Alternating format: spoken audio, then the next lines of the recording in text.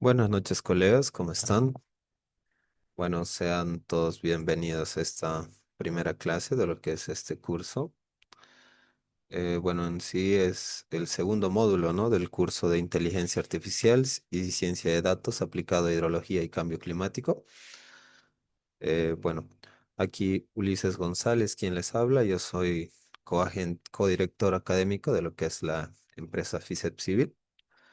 Y a nombre de nosotros queremos hacer llegar el agradecimiento y el saludo a todos ustedes, ¿no? Tenemos colegas que nos acompañan de Ecuador, de Perú, de México, eh, de Colombia, y queremos hacer llegar un saludo muy especial para todos ustedes, por supuesto, Bolivia, ¿no? Bueno, para comenzar con el curso de este que titula Downscaling espacial con precipitación, de precipitación con métodos de Machine Learning.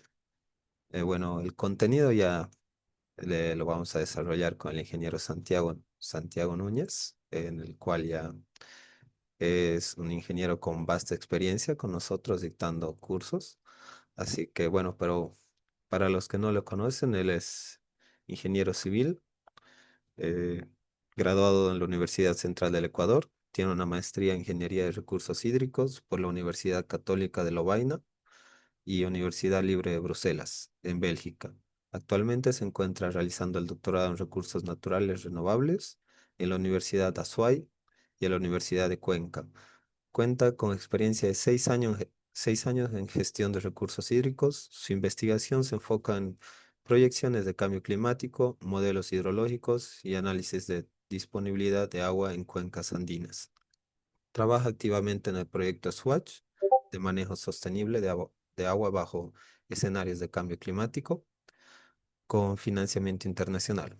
Ha participado en la formulación de medidas de adaptación al cambio climático. Además, es consultor independiente que ha trabajado con el Climate Reach Institute en Canadá y otras firmas internacionales para la evaluación de riesgos y adaptación al cambio climático. Bueno, actualmente el ingeniero Santiago es instructor en FICEP Civil, impartiendo cursos especializados en modelación hidrológica, cambio climático y programación, compartiendo su experiencia y conocimiento con estudiantes y profesionales. Su filosofía se basa en el aprendizaje en base a las experiencias y prácticas de los propios estudiantes, siendo un acompañante y guía en este proceso. Eh, Y bueno, colegas, con esta pequeña introducción, le doy el paso al ingeniero Santiago Núñez para que él pueda comenzar con esta primera clase.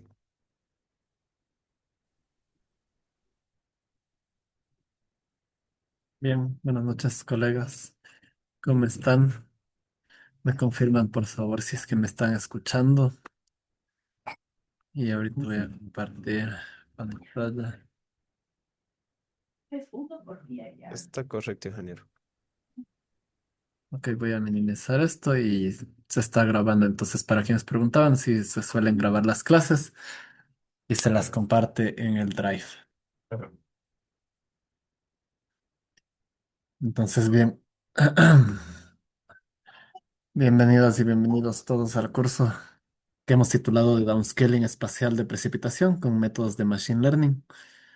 Entonces, este curso es parte de un curso más amplio, es un módulo de recursos de formación en inteligencia artificial, pero aquí nos vamos a enfocar en algo muy específico, que es la parte ya de downscaling en el espacio de precipitación, que nos referimos más a lluvia, con métodos de machine learning. Entonces, para empezar, algunas instrucciones de los horarios. Como ven, la primera clase es el día de hoy, viernes 13. Después tendremos clases la siguiente semana, lunes, miércoles y viernes. Y finalizaremos el siguiente lunes, es decir, en unos 10 días más o menos, que será el 23 de marzo. Los horarios son siempre los mismos, de 8 de la noche a 10 de la noche hora de Bolivia, o de 7 a 9 de la noche en horas de Ecuador, y bueno, dependiendo si nos están acompañando de otros países, cambiará su zona horaria. Entonces, ¿cómo solemos evaluar los cursos? Eh, la idea es una asistencia, acá veo que está, esto no es acá.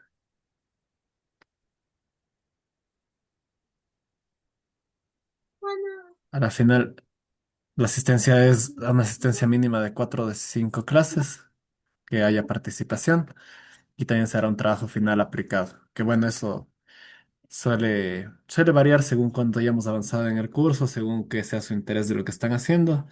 Y tampoco la idea del trabajo es que sea algo que les dé más carga, sino más bien que les sirva para lo que ustedes están realizando en sus trabajos, en sus proyectos o en sus investigaciones.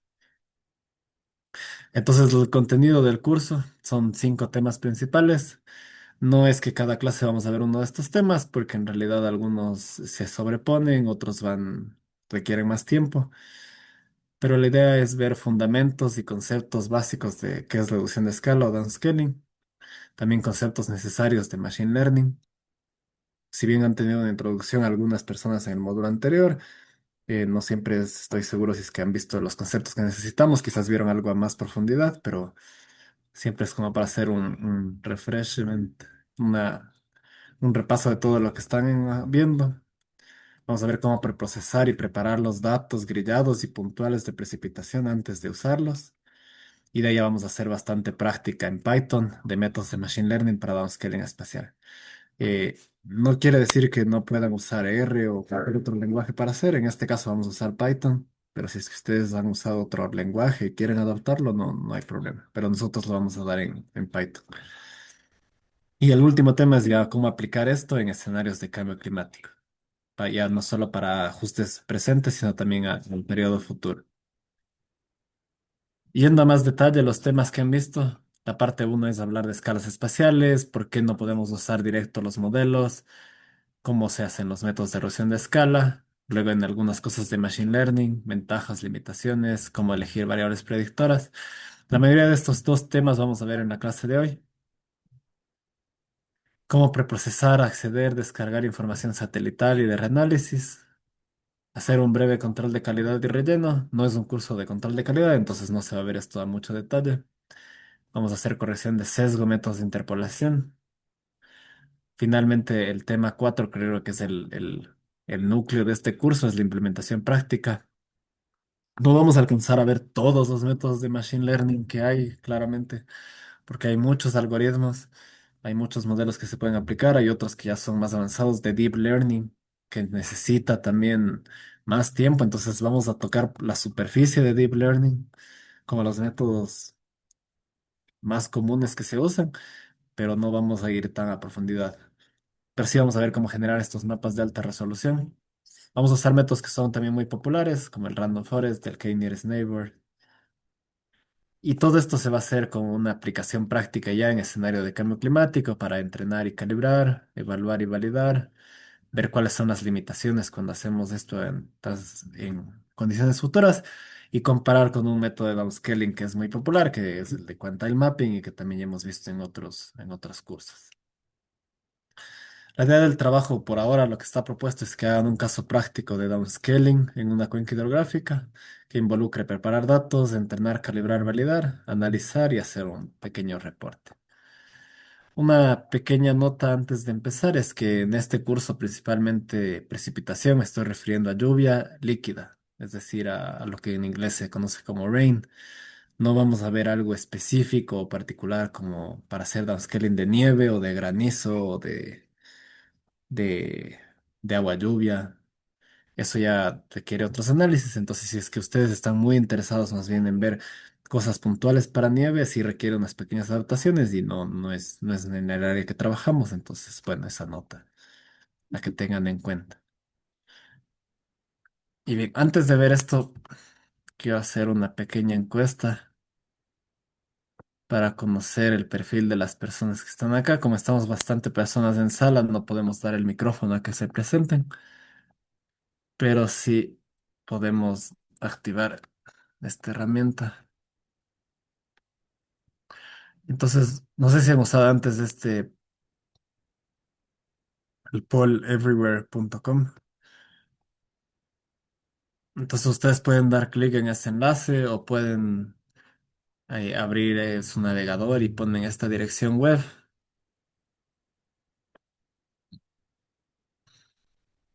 y se van a conectar acá. Entonces, la idea es que ustedes tienen que responder sí o no. Si tienen experiencia con Machine Learning, sí o no. A la final, estas preguntas como de diagnóstico para conocernos son muy importantes para que ustedes, para saber qué tan rápido, lento debemos ir en el curso.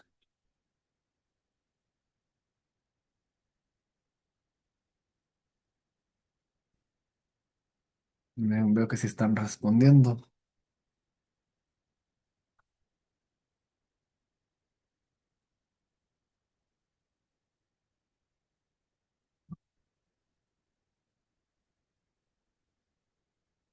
Entonces, igual vale la pena quienes estuvieron en el curso anterior, en el módulo anterior de este curso, qué nomás vieron, qué es lo que más les quedó, algo que quisieran comentar, pueden escribirlo en el chat para tener una idea de cómo lo sintieron, que quisieran complementar o reforzar.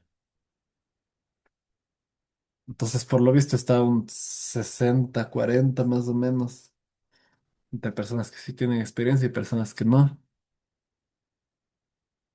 Entonces, es un buen número para, no tenemos que ir tan despacio, pero tampoco se van a sentir muy rezagados o muy, como que va muy lento el curso las personas que ya han tenido mucha experiencia. Bien,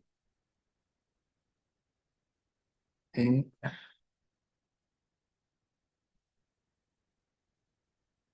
creo que si es que Nuevo sigue aquí en esta pregunta. Entonces, la siguiente pregunta es si es que han usado Google Colab y si es que saben programar en Python. No vamos a hacer una instalación local en Python para que no haya complicaciones de eso. En cursos de Python sí hemos dado, pero el Google Colab funciona bastante bien para nuestro propósito, entonces vamos a usarlo. Igual, si es que no han usado jamás el Google Colab, no tienen que preocuparse porque es mucho más sencillo que algunos otros programas de programación, lenguajes de programación. Quienes estuvieron en el módulo que anterior, igual usaron Google Colab o qué herramienta usaron.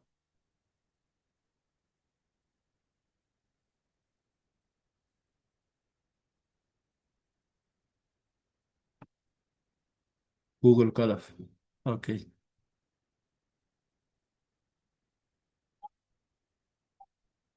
bien. Bueno, entonces es un buen enlace que sigan viendo esto. Aquí en Cam está invertido el 60-40, que hay más personas que se han usado, entonces es una buena elección. Quienes no hayan usado Google Colab o no sepan programar en Python, les recomiendo igual que si es que algo les queda como que fuimos muy rápido, lo repasen en videos tutoriales de Python o en libros que igual les puedo poner en la bibliografía algún libro de Python básico para que puedan practicar. Bien, la siguiente pregunta es si es que han podido usar datos en formato NetCDF y se sienten cómodos. Conozco algunas personas que están participando del curso con las que ya hemos visto datos, ya los han manejado. Si es que no saben ni siquiera qué significa NetCDF, entonces es un claro no. Pero si es que ya han usado alguna vez o han visto videos, pero todavía no les gusta que les pasen archivos en ese formato, entonces pueden poner muy poco.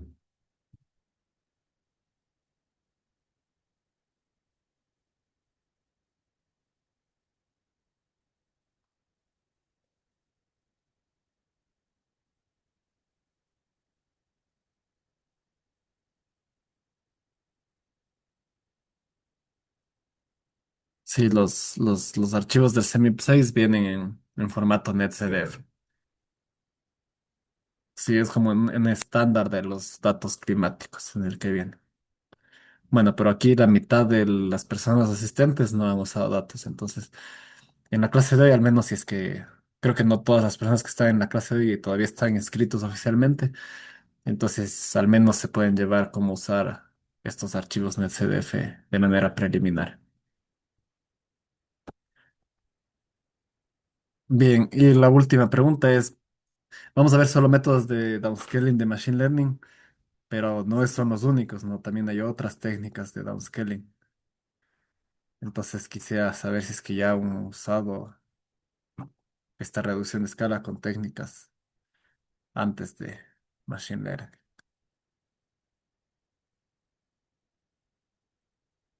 Si es que alguien igual nos quiere poner en el chat para ver qué métodos son los que han usado.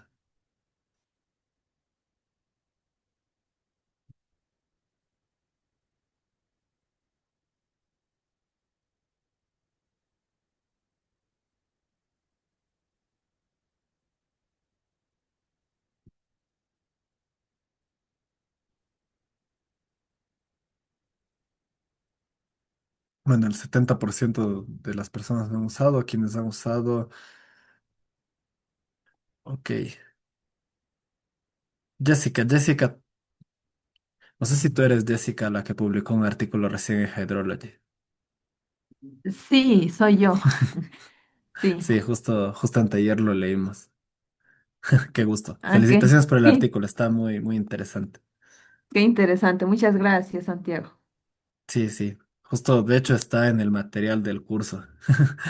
Así que cualquier pregunta de ese artículo, claramente Jessica va a saber más que yo. Pero qué genial, porque nos ayuda Gracias. bastante que sí, justamente usaste Support Vector Machine, Random Forest y Artificial Neural Networks o redes neuronales en español. Support Vector Machine no está en el curso como tal, los otros dos sí, pero vamos a aumentar otros dos. Entonces espero que si te unes te sea útil y en todo caso, qué chévere. Eh, Comentarios sobre el primero. Ah, y si es que para quienes, algo un poco de contexto para las personas que no han visto, ahorita es un buen momento para ir al Drive antes de leer el comentario. Muy buenas, ¿me escuchan? Buenas noches. Sí, Bueno, también quería que se me escuche. sí, lo Bien, escuchamos. a ver, quería ver cómo vamos con lo de la moderación. Si me pueden ir informando, por favor, cómo vamos en ese aspecto.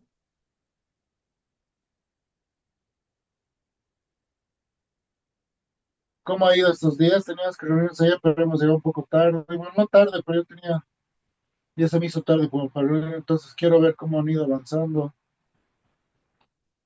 Eh, Ahí se le no, comento que creo que Ronald está hablando con otra persona. Así que si puedes silenciar el micrófono. Ok, comentarios sobre el primer módulo. Se trabajó ciencia de datos en función de datos tabulares. Ok, está bien. Vamos a aprender desde cero. Sí, bueno, respecto a ese comentario, hemos tenido ya bastante experiencia dando cursos, entonces, si es que voy directo al grano, luego pasa que hay personas que en la tercera clase me están escribiendo por teléfono a preguntarme cómo instalo el programa y la otra persona en cambio está decepcionada de que no hemos avanzado lo suficientemente rápido, entonces siempre hay que medir las expectativas de cada grupo y cada grupo es diferente, entonces ya vamos a entrar en los detalles. Algo importante igual es saber dónde están sus materiales del Drive, lo que comentaba del artículo, acá en material tienen el software que vamos a usar y en bibliografía van a tener artículos y libros. Eso va a ir aumentando en función de las preguntas que ustedes me hagan. Aquí están los artículos que les he pasado, que pueden irlos leyendo. Y algo antes de que me olvide, algo importantísimo para la siguiente clase es leer este artículo de Hernández del 2022. Los demás los pueden revisar a su tiempo cuando deseen, pero este artículo sí necesito que lo lean. Son 9 páginas, que lo lean para el lunes. El material les llega al correo de lo que sé. A las personas inscritas, entendería.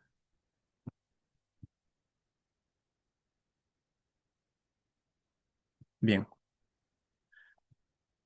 entonces, vamos, como dicen, vamos al grano. Y downscaling es cuestión de un problema de escalas. Entonces vamos a olvidarnos por un momento de la lluvia y vamos a pensar en qué es downscaling. Entonces tenemos estas tres imágenes que ustedes ven a la izquierda, al centro y a la derecha. Y cada una tiene un diferente pixelado que solemos decir en términos de imágenes, como cuando mandan una foto y está pixelada. Entonces el problema básicamente es esto de downscaling. Ustedes van a recibir la información que, por ejemplo, un colega comentaba del CEMIP 6 o hablando de otros productos van a recibir información del reanálisis que es de esta resolución de la derecha. Entonces es algo así. Pero ustedes aquí no podrían distinguir si es que esto es una imagen de un gato, si es que esto es una prenda, si es que esto es una camiseta. Mientras que si ya van acá, la situación va mejorando y si es que luego van acá, ahí sí ya tenemos detalle y parece que esto es como un suéter de lana, al menos algo así parece. Entonces, volviendo a la lluvia, lo que tenemos en el problema es este para hacer downscaling. Tenemos imágenes muy gruesas donde no se puede ver el detalle y lo que queremos hacer es ganar información.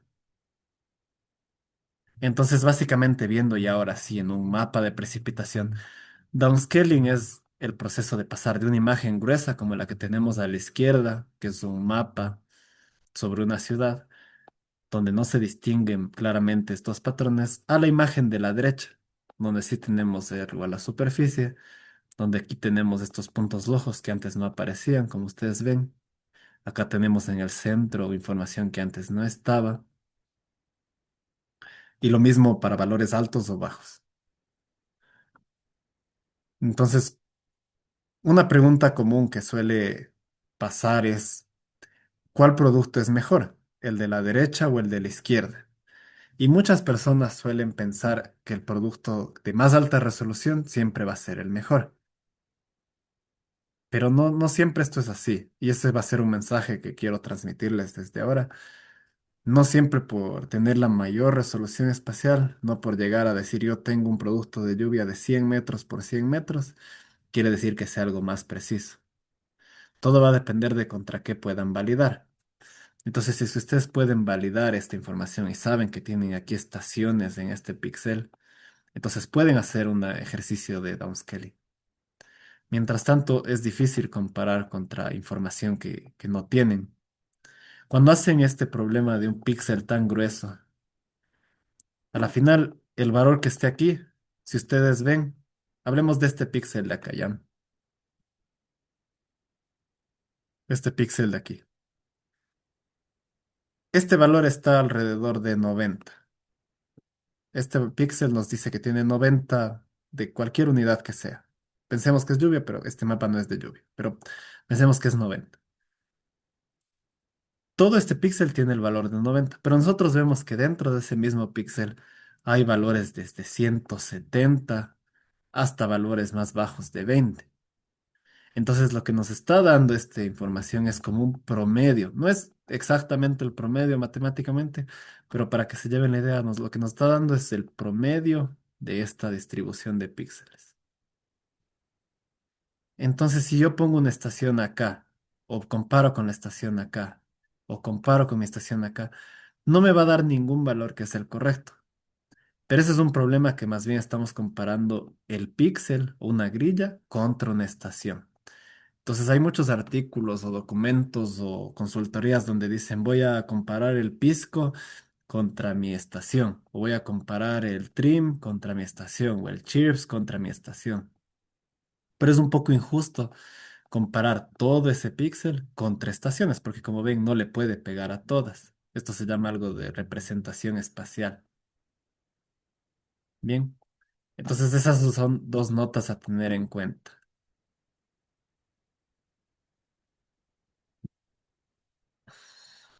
Ahora, downscaling, ¿por qué lo hacemos esto de aumentar la resolución? Porque no solamente tenemos que interpolar, sino que tenemos que añadir una información y darle la propia variabilidad que tienen los datos. Como veíamos en el mismo píxel, todas las estaciones o los puntos tienen diferentes valores, entonces hay que darle esa variabilidad. El ejemplo más claro es con temperatura. En temperatura ustedes saben que hay un gradiente térmico, lo que se llama un lapse rate. Y es que por cada metro que ustedes van subiendo en una montaña cuando hacen andinismo, van sintiendo más frío. Es decir, mientras más alto estén, hay menos temperatura. Los píxeles se vuelven más, los píxeles cuando son más gruesos tienen menos información. Por ejemplo, esta montaña de acá del ejemplo, si todo esto fuera un solo píxel de esta resolución espacial, entonces ustedes aquí tienen este valor de 10.5, acá 17 y acá 23 y 30. Entonces, ¿qué temperatura va a tener ese píxel? Probablemente algo por acá intermedio, ¿no? algo de 18. Uy, creo que estás con Lucio con el micrófono prendido. Ya. Entonces, si es que ustedes se descargan un producto de temperatura con una resolución tan gruesa y comparan con sus estaciones que tenían acá, una estación que instaló su universidad, y acá en cambio tienen una estación. Y dicen, no, este producto no sirve porque aquí no. Entonces, claro, aquí no es justo porque primero habría que hacer una corrección por elevación, es decir, ver qué elevación tiene su píxel y después de eso hacer esta corrección con el gradiente térmico. O hacer un downscaling y de ahí sí tener estos píxeles y comparar. Bien. Entonces, esto es como la importancia del downscaling. Aquí hay una terminología que vamos a emplear y nos vamos a poner de acuerdo y si es que lo piensan mucho, a veces a mí me pasa que más bien confunde.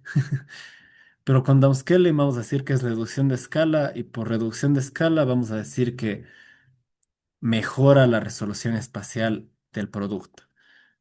Ahora, cuando hablen ustedes con alguien que trabaja en procesamiento de imágenes o en fotografía, va a tener un sentido intuitivo contrario, es decir, ellos van a decir aumenta la resolución. Si bien puede parecer un poco confuso el usar downscaling o upscaling, en clima siempre se trabaja que downscaling es llevar de algo grueso, como este producto Trim, a algo que tenga más detalle como el Chelsea. Ahora este producto Chelsea, no sé si es que algunas personas han escuchado sobre él. Este producto es de cobertura global y está a 1 kilómetro. Entonces Chelsea tiene 1 kilómetro global y tiene también precipitación. Si ustedes ven estos como venas o ríos de acá, ¿en qué zona creen que está? Yo no está puesto el mapa, pero ustedes esto creen que es una zona de montaña, esta parte de acá, o creen que es una planicie, esto.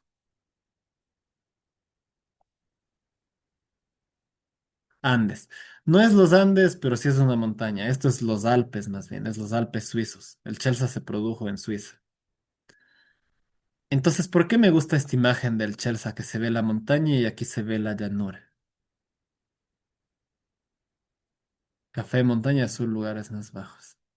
Bueno, está al revés porque más bien esto es cuánto llueve y en lugar, más bien llueve más donde está, precipita más porque aquí sí hay nieve, precipita más en las zonas altas. Entonces, si tú ves, este es un mapa de lluvia y precipita más en estas zonas altas. Ahora, ¿qué notan? ¿Dónde es más importante el downscaling? ¿Dónde se gana más información? ¿En la parte café o en la parte de la montaña? ¿Dónde ven que hay mayor diferencia entre los dos productos?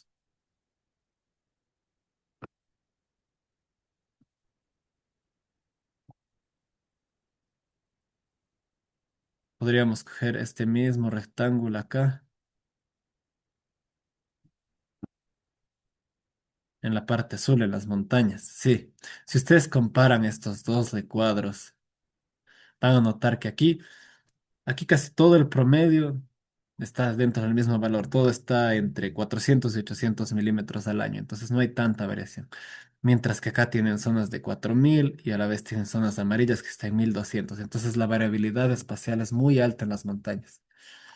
Por eso es que en downscaling nos enfocamos bastante las personas que trabajamos en zonas montañosas. Bien, entonces eso es una acotación importante y por eso quizás en el curso es más interesante para las personas que trabajamos en la parte andina, porque ahí es donde tenemos más problemas y necesitamos ir. Cuando se trabaja en zonas bajas, una resolución de 5 kilómetros, 10 kilómetros quizás es aceptable, pero acá incluso, no sé si han tenido casos de algún colega, persona con la que trabajen que les pida productos de lluvia a menos de 1 kilómetro, que les diga, por favor, lleguemos a 200 metros por 200 metros. Entonces, bueno, ahí sí ya es casi brujería. Solamente si tuvieran imágenes de radar se puede llegar a algo tan fino. Bien, ahora yo he visto incluso a veces documentos publicados o trabajos o consultorías, donde dicen, pero ¿por qué tanto problema si es que podemos hacer una simple interpolación? O sea, ustedes van a QGIS o a ArcGIS o donde trabajen con información geoespacial y pueden poner, dame una interpolación bilineal a 100 metros por 100 metros y el QGIS corre y les interpola. Entonces alguien puede decir, y he visto que dicen, hicimos downscaling con interpolación bilineal. Entonces eso no es downscaling como tal, porque no están añadiendo ninguna información. Lo único que están haciendo es adivinar valores desconocidos y ponerlos en una grilla. Incluso cuando usan métodos como nearest neighbor o bilineal o cúbicos, simplemente es casi que una estimación de los valores desconocidos y no están dándole el valor real. No están haciendo un zoom como los métodos de downscaling sí les permite hacer. Entonces es una diferencia. Interpolar no es hacer downscaling. Los únicos métodos que sí pueden hacer acercarse a lo que hace downscaling son los que tienen geoestadística detrás. No sé si es que alguien ha trabajado con Kriging, pero Kriging de cierta manera se puede adaptar para hacer downscaling. ¿Por qué? Porque ustedes sí añaden información. Hay Kriging que depende de la elevación. Entonces ustedes primero averiguan qué tanto varía la lluvia con la elevación y dicen, ok, si va a tener una relación la lluvia, la precipitación con la elevación. Entonces cada píxel que yo tengo de mi DEM le voy a dar un valor de lluvia. Entonces ahí están añadiendo algo de información. Sigue siendo una interpolación estadística, pero al menos ya tienen un análisis de varianza y demás. Ustedes vean, en cambio, con métodos sencillos como el IDW se producen estos artefactos matemáticos que no tienen nada que ver con la realidad. Esto es como un poco más cercano a lo que sí puedan pasar. Bien, ahora, ¿por qué hablamos de las escalas de procesos climáticos? Hay escalas tanto en el tiempo como en el espacio. Ahora, algo importante del curso y que ustedes han de haber visto desde el título es que nos vamos a centrar en downscaling espacial. También existe algo que se llama downscaling temporal o que algunas personas le dicen desagregación. Y desagregación es pasar de un producto que tiene una escala diaria, bajarlo a minutos o a horaria. O si ustedes se descargan un archivo que tiene resolución mensual, se lo bajan a escala diaria. Eso es hacer downscaling temporal o desagregación. Es más o menos como cuando ustedes hacían las IDF y sacaban una intensidad máxima de ciertas horas y luego hacían los intervalos de minutos. Eso no vamos a ver acá. Pero sí hay un producto que es muy usado en precipitación, que se usa bastante en Sudamérica también, que hace downscaling temporal. No sé si es que alguien ha escuchado cuál es. Es un producto de lluvia, que en realidad no toma los datos diarios, sino que toma los datos cada 5 días y luego termina dando un producto diario.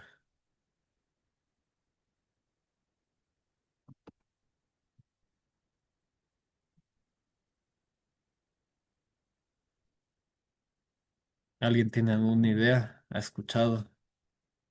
¿Qué productos de lluvia han escuchado? Vamos descartando entonces.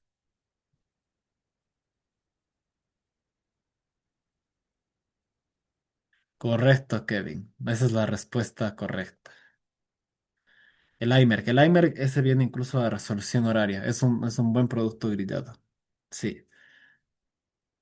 El iMerge sí viene, creo que horarios, o al menos 3 horarios. Sí, como dice Kevin y Yamil, el chirps es el que viene en datos pentadales, es decir, en realidad ellos tienen una climatología de 5 días y luego lo desagregan en diarios. Entonces, esa es una manera de upscaling temporal. Incluso ahora el chirps versión 3.0 se desagrega de dos maneras. La una coge información del ERA 5 y la otra coge información del iMerge. Entonces, bueno, eso es para que lo tomen en cuenta en el tiempo. Ahora en el espacio, ¿por qué nos importa en el espacio? Porque hay procesos que pasan a diferentes escalas. Entonces, la corriente de chorro o el jet stream o las circulaciones atmosféricas grandes, estas son ya procesos globales, a gran escala. Es decir, necesitan modelar todo el planeta para ver cómo está funcionando. Necesitan el balance en los trópicos, las células de Hadley, todos esos procesos globales. Si vamos acercándonos, tenemos procesos sinópticos, que son los frentes fríos, los frentes cálidos, los de alta presión, cuando hay una dana, lo que pasó en Valencia, y esos son procesos igual grandes que dominan.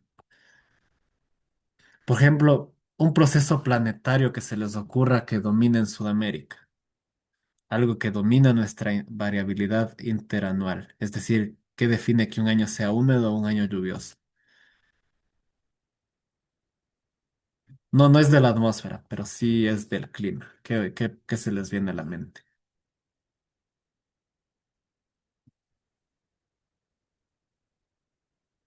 Siempre estamos pendientes de ese índice que nos dice si va a ser un año lluvioso o un año seco. El ENSO, sí, índices de aridez. Sí, ya. El que buscamos era el ENSO, los índices de la temperatura del océano. Sí, el cinturón de interconvergencia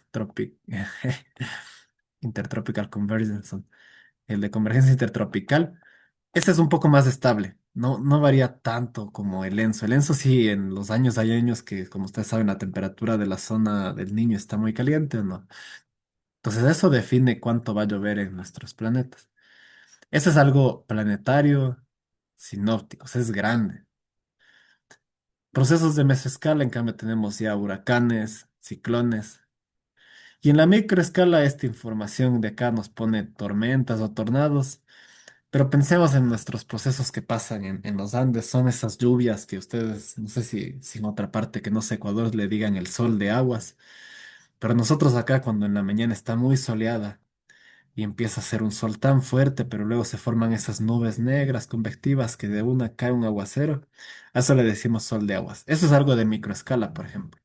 Eso es imposible que vea un modelo global por sí solo. Entonces esos procesos locales se ven. ¿Qué otro proceso local vemos? Esto de acá, no sé si ustedes han escuchado del Barlovento, el Sotavento. Entonces hay un lado de la montaña, ¿no es cierto?, donde sube el aire con humedad, o sea, de donde venga la humedad que viene con el viento transportada, viene, se va enfriando y aquí empieza a precipitar. Pero aquí voy a hablar muy crudo para quienes no han escuchado esto antes. Se vacía la nube, entonces cuando ya la nube descargó todo lo que tenía que llover, el aire sigue circulando al otro lado de la montaña y esto queda el rain shadow que se llama, que es como ya el lado seco. Entonces tienen montañas donde a veces tienen el lado seco y el lado húmedo. Entonces es una lluvia dominada por la orografía. Esto de aquí es un buen concepto para usar en downscaling porque ustedes dirían, ok, depende de mi dirección del viento para saber dónde va a precipitar. Entonces vamos enlazando todo esto cuando hagamos downscaling. Hasta acá y hemos mencionado dos posibles predictores que ustedes pudieran usar para hacer lluvia. Uno de ellos, la dirección del viento, la topografía, y el tercero que vimos era el ENSO, ¿no es cierto? El ENSO también suele ser un buen predictor. Ahora, ¿cómo vemos la lluvia a nivel global? Estos son mapas del GPCP para enero y julio. Y aquí está justo lo que nos comentaba nuestro compañero Omar. Se ve clarito el ITCZ, el Cinturón de Convergencia Intertropical, acá, cómo se va moviendo. Pero esto nos sirve para ver mapas grandes. Si es que de aquí, por ejemplo, le pregunto a Kevin, Kevin, tú trabajas en, me invento, en la cuenca del Piura. ¿Qué precipitación promedio hay? Entonces es algo muy grueso, ¿no? Parece que es un solo valor en toda esta zona. Lo mismo para todo Ecuador. Si ustedes ven en este mapa, le voy a hacer zoom. El 75% de Ecuador está cubierto por el mismo valor azul. Y eso no pasa, no sabemos que las estaciones son muy diferentes en la zona. Y ahora otro proceso a tomar en cuenta es que hay dos tipos de lluvia. Una de estas es convectiva y la otra de estas es estratiforme, que se llama. Estas imágenes, ¿ustedes de dónde creen que fueron tomadas? O sea, no me refiero a un país o ciudad, pero me refiero más a con qué instrumento fueron capturadas.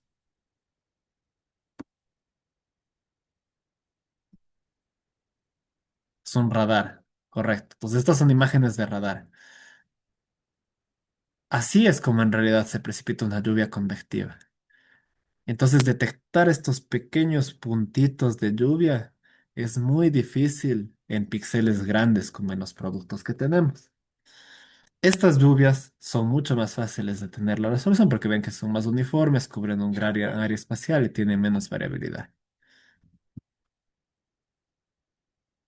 Y esta es una foto tomada acá en donde yo vivo en Cuenca, de cómo son los procesos convectivos en una zona andina. Entonces, no sé si ustedes alguna vez han visto una lluvia así, que pareciera que está lloviendo donde nuestros vecinos de 10 cuadras más allá y los vecinos de 6 cuadras les cae un poquito y los de 3 cuadras ya no les llueve. No sé si en donde ustedes vivan experimentan estos fenómenos de lluvias tan locales. Me acuerdo que había un video, y creo que lo tengo por ahí. Era en Loja, justamente, de cuando hubo hace un año una inundación. Y en la Universidad de Loja ellos tienen una cámara que es estacionaria y va grabando cómo se mueve la circulación del aire. Y se veía cómo estas células llovían. Y justamente aquí tenían una estación y aquí a otra, entonces no capturaba bien la lluvia. Entonces era algo impresionante. Entonces, sí, Jessica, seguro tú la viste, porque fue justo hace un año que era. Ese es un video, lo voy a buscar en el break para mostrarles, porque ahorita se me viene a la mente que ahí se veía justo eso, de que se movía. Y aquí hay que también, para hacer downscaling, por ejemplo, ustedes llegan a hacer esto, pero si su estación, para mala suerte, una estación meteorológica estaba aquí y la otra acá, y la otra acá, les puede decir que precipitó casi nada, pero ustedes tienen acá. Por eso es que les digo, el mejor compañero que pueden tener de downscaling va a ser si tienen un radar. Si tienen un radar, es como el mejor aliado para hacer downscaling. Wow. Creo que están viendo si es que comparto esta foto que es de Piura, Perú. Entonces ustedes ven aquí, son fotos típicas de estos procesos. Entonces es impresionante ver la lluvia como pasa. Bien, pero nosotros viendo lo que queremos capturar, idealmente quisiéramos tener esto para nuestros modelos. No sé, este curso no es tanto de hidrología, es enfocado a lluvia, entonces ustedes, no sé si todos usen la lluvia para agua, para biodiversidad, para ecología. Hay un montón de usos para la precipitación, pero quisiéramos tener algo así, que nos diga en dónde llueve, para sequías. Sí, quisiéramos tener, bueno, en sequías, ahí no quisiéramos esto, sino ahí sí es un poco ya más a gran escala, pero aún así quisiéramos tener productos con alto detalle. Y entonces el problema viene que en los modelos globales de clima, que se llaman los Global Climate Models, los GCMs, así es como se ve nuestra cordillera y Sudamérica. Y así es en cambio como se ve la elevación a 1 kilómetro. Todavía 1 kilómetro no es tan fino. Claro que hay DEMS a 3 metros, ahora 2 metros, hacen drones para llegar a más fino incluso. Pero digamos que 1 kilómetro ya es aceptable. Y comparemos la imagen izquierda con la derecha. Primera cosa en los Andes parece que no existieran en Ecuador. Quienes sean de Colombia, se habla siempre de las dos ramificaciones que tiene la cordillera, estas de acá, la oriental y la occidental. Y acá no hay nada de esa diferenciación, ¿si ven? Los Andes ecuatorianos no existen y lo único que aparece aquí grande es el altiplano. Claro, como dice la canción, nuestro imponente altiplano. Si ven que el altiplano se aparece por lo que es tan grande.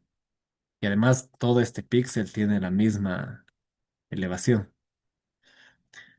pero en cambio esto de acá, como que se promedia y se aplanan nuestras montañas ecuatorianas. Entonces, cuando bajemos datos del modelo climático hoy, ustedes van a ver que así es como vienen la información y ustedes necesitan algo así para poder usar. Entonces, ¿por qué hablo de modelos climáticos? Porque los modelos climáticos son lo que vamos a usar y lo que se usa hoy en día para hacer estudios de cambio climático. Y básicamente un modelo climático es como tener una Tierra, un planeta, así una esfera, un esferoide, pero tiene unas grillas en 3D. Entonces tiene una cuadrícula tanto horizontal como longitud y latitud que todos conocemos, pero también es en vertical. Entonces tiene niveles de altura. Y cada una de estas celditas tiene estos procesos físicos de radiación, de advección del continente. Entonces, como se conectan las celdas con otras, se resuelven ecuaciones. Y esto es computacionalmente muy caro hacer. O sea, es bien costoso, necesitan supercomputadoras. No me refiero a supercomputadoras como una MacBook ni una Intel i9, no, no. Me refiero ya a supercomputadoras de esas que ocupan todo un cuarto de servidores y data centers. Ese tipo de computadoras se usan para correr estos modelos. Entonces así es como viene y resuelve en 3D la física. ¿Y dónde entran estos modelos en el downscaling? Pues nosotros lo que estamos viendo en este curso es simplemente esta parte de acá. Vamos a coger información de datos globales o regionales, porque puede ser algo solo del continente, y vamos a meterla a downscaling. Este curso se enfoca, como les digo, solo en esto. Y lo que vamos a hacer después es usar estas salidas en modelos de distribución de especies, en modelos de deslizamientos, modelos de redes de alcantarillado o modelos hidrológicos. La mayoría de personas que conozco que están en esta clase o que hemos tenido cursos, nos hemos enfocado bastante, incluso tenemos un curso recién de SWAT, que era de modelación hidrológica. Pero ustedes, para el SWAT, se acuerdan que no corríamos resoluciones tan grandes, a la final agregábamos. De estos cuatro que están acá, ¿cuál se les ocurre que puede requerir una mayor resolución espacial?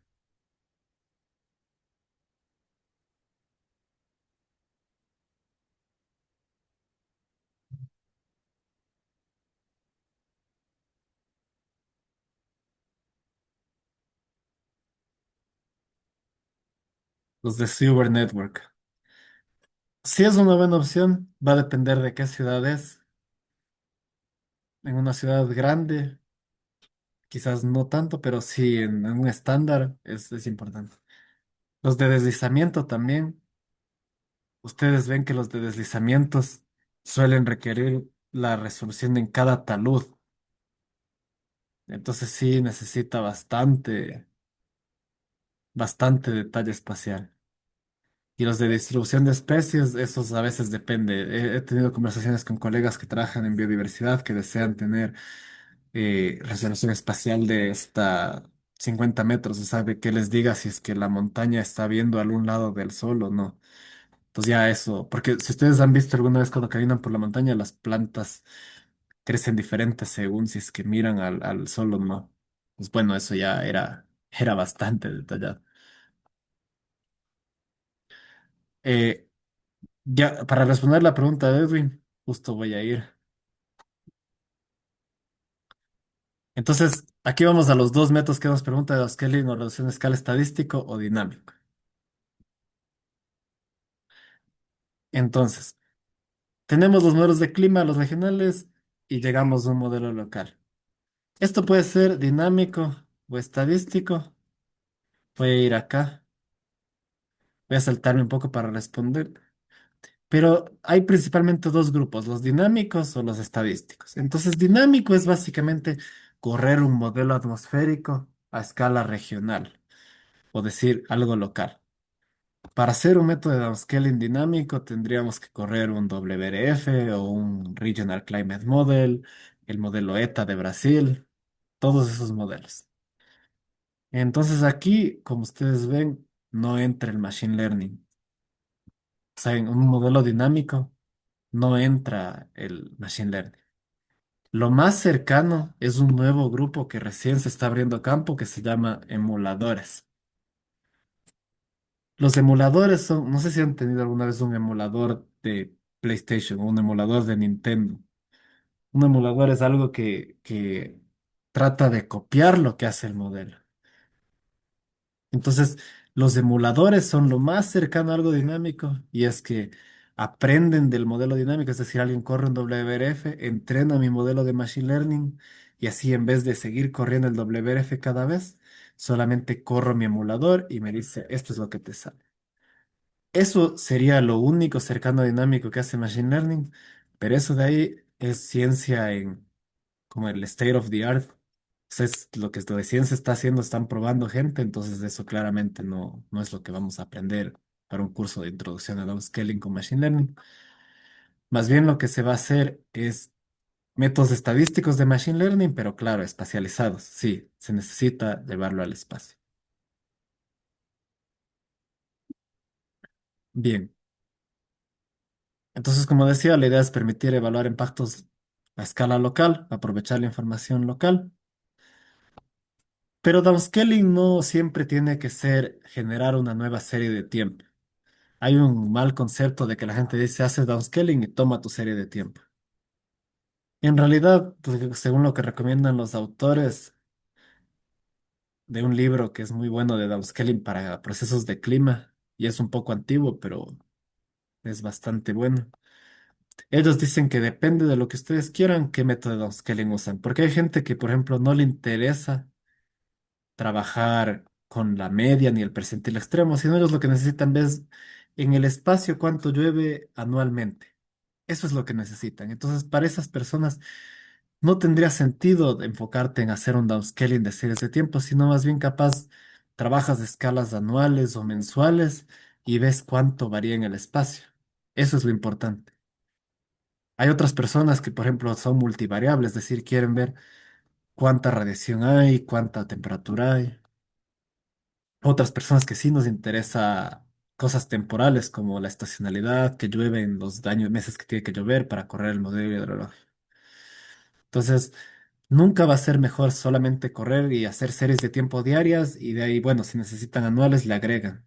Si ustedes van a trabajar con algo que necesite datos anuales, hagan el downscaling a los datos anuales y ahí van a tener mejores resultados. No tiene mucho sentido como hacer algo diario y luego agregar. Entonces, todo va a obedecer a la escala de interés.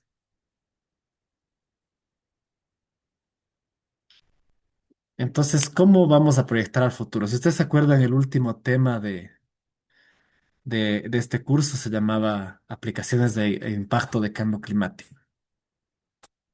Entonces, tenemos escenarios socioeconómicos, cómo crece la población, la agricultura, el transporte. Tenemos cuánto emiten esa población futura y uno, forzamiento radiativo o cambio climático que se produce.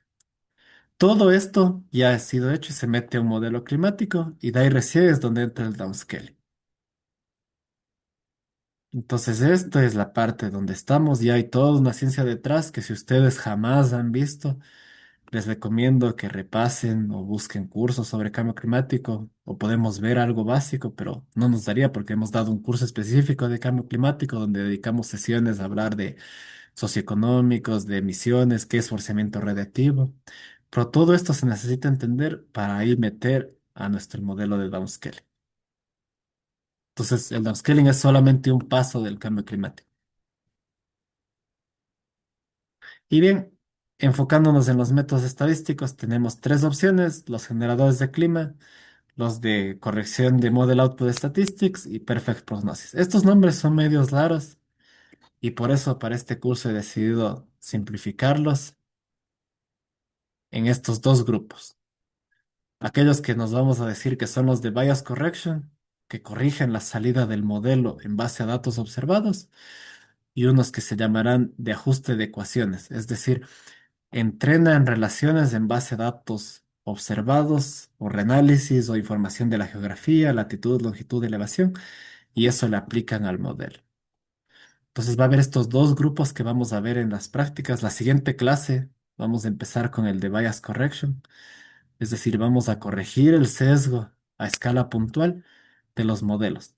Y luego ya vamos a hacer otro tipo de downscaling, que es ajustar ecuaciones en base a variables o parámetros para entender.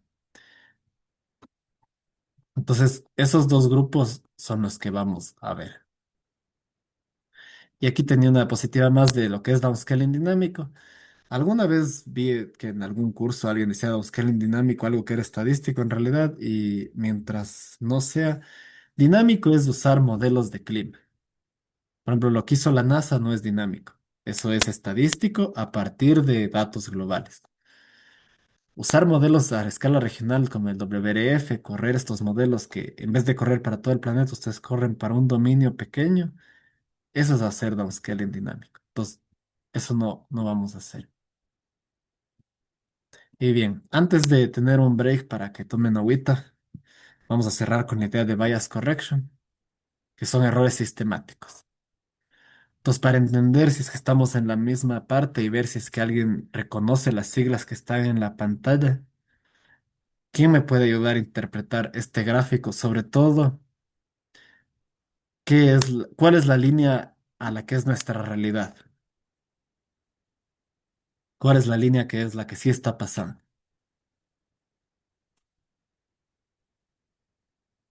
¿Quién ha visto estas gráficas? Si ustedes ven en el eje X están los meses del año, de enero a diciembre, y cuánto llueve en cada mes. Es el ciclo anual de precipitación. Entonces, nuestra referencia o nuestra verdad, entre comillas, es la línea negra, el reanálisis. Sí, correcto, Jorge.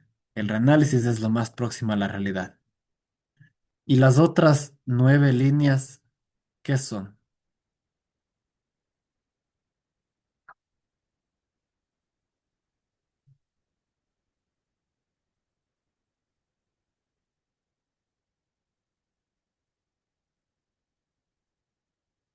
Son modelos, sí, son modelos climáticos del CEMIP 6. Entonces, al hacer bias correction, lo que sería es, si ustedes ven, ¿cuál es el modelo que más error sistemático tiene? Este azul, ¿no? Que dice que en enero llueve 700 milímetros cuando en realidad llueve 300. Si ven, esto es un error sistemático. Ahora, puede que haya alguien que diga, no, si esas salidas de los modelos están tan mal que no se debe usar. Pero más bien, pensándolo en el lado bueno, en época de avenida, sí. Pero pensando en el lado bueno, si ustedes ven, todos estos 9 modelos representan el ciclo estacional. Es decir, todos tienen más lluvias entre marzo y abril, menos lluvias entre junio y julio y un poco más de lluvias entre octubre y noviembre. Exacto, es relativamente bueno para la época seca. Entonces, lo que hace los métodos de bias correction es eliminar estos errores y tratar de ajustar. En general, ahorita no estamos pensando solo en machine learning, sino piensen en cualquier método de bias correction, eso es lo que hace. Elimina el sesgo. Ustedes tienen la salida de lluvia de este producto, corrigen los errores que tiene y dicen, ok, le creo el modelo, pero sé que siempre me duplica los valores cuando llueve y en la época sé que está bien.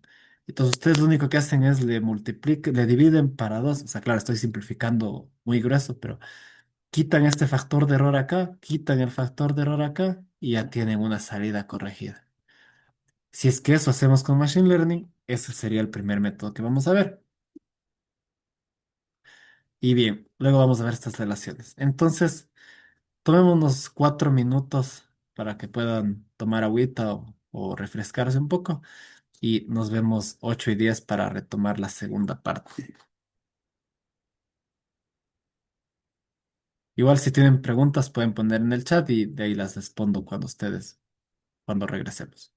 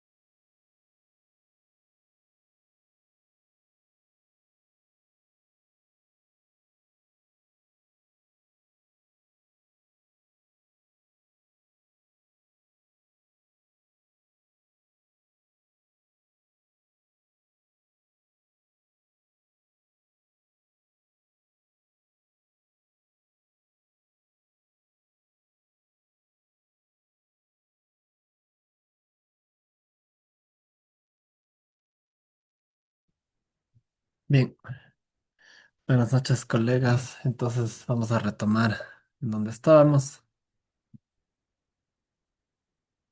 Vi que había una pregunta, si es que es a paso diario o mensual. Sí, vamos a correr a paso diario el downscaling. También se puede hacer a dato mensual, entonces no hay problema.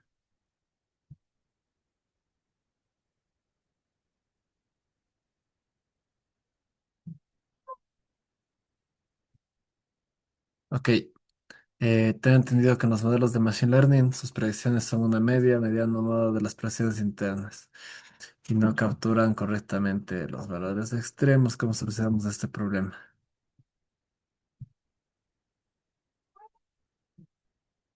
Ya. A ver, entonces para la pregunta de Kevin, hay dos soluciones a eso. La primera sería realizar un proceso de entrenamiento simplemente con los valores extremos. Entonces tú haces como un entrenamiento especial al método de Machine Learning para poder capturar esos extremos. O la otra que es aún mejor porque esa te permite extrapolar en casos de cambio climático, porque como tú sabes, cuando aumente la temperatura vas a experimentar situaciones donde no haya, que no se han visto antes, entonces no pudiste entrenar. Lo que se suele hacer es adaptar una ecuación de extrapolación basada en algo físico a lo de Machine Learning. Entonces tú no solo que es que calibras tu random forest, sino que aparte le incluyes una solución que te diga si es que por ejemplo, me invento, si es que la temperatura de ese día sobrepasó tal valor, hazme esta relación lineal que te extrapole tu extremo. Lo mismo con precipitación. Puedes poner, ok, si es que hay tanto porcentaje de nubes, le aumentas una ecuación al método y ahí tú puedes llegar a valores extremos. No es la solución perfecta porque todavía tiene limitaciones Machine Learning, pero es algo, dos caminos que se pueden hacer. La pregunta de Yamil es si es que al realizar downscaling aprenderemos a definir días secos consecutivos, días con lluvia extrema, índice de sequía. Eso en realidad lo puedes hacer sin necesidad de downscaling. Yo lo veo como dos pasos separados. Porque tú puedes calcular días secos consecutivos, días con lluvia extrema, índices climáticos antes del downscaling y después del downscaling.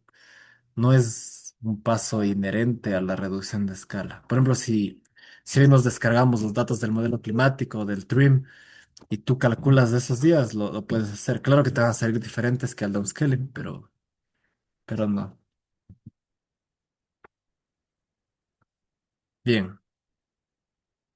Entonces, hasta acá vimos el de bias correction y ahora vamos al segundo método, que son las ajustes de ecuaciones o relaciones de downscaling. Entonces todo se basa en una simple y es igual a f de x, que es una relación empírica. O sea, nuestras y, que son nuestros predictantes, que ya para la primera clase, como les vamos a decir que es un predictante, predictante es lo que queremos predecir, y en nuestro curso, el único predictante, que es en síntesis, downscaling es un proceso, downscaling es reducir la escala. Hay muchos métodos de downscaling. Downscaling es cómo pasar de un píxel de 100% a uno de 5 por 5. Eso es todo. Es un proceso independientemente de qué método uses. Entonces, lo que vamos a hacer con Machine Learning es usar ciertos algoritmos para lograr esta reducción.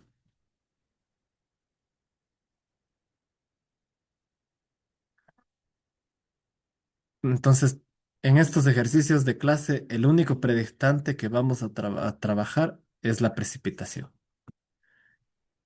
Todas y todos en este curso, como se llama downscaling de precipitación, vamos a trabajar solo con precipitación. Ahora, ¿qué predictores podemos usar? Predictores son muchos. Humedad específica, altura geopotencial, temperatura, pero en base a lo que hemos conversado, predictores del X, ¿no es cierto? O sea, si yo digo, el enso es tal, está lloviendo tanto. Eso es un predictor. ¿Qué otro predictor se les ocurre que puede ser útil para hacer downscaling de precipitación?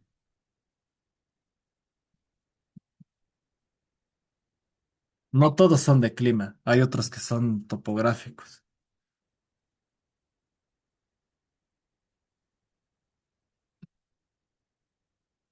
Elevaciones, muy bien, sí.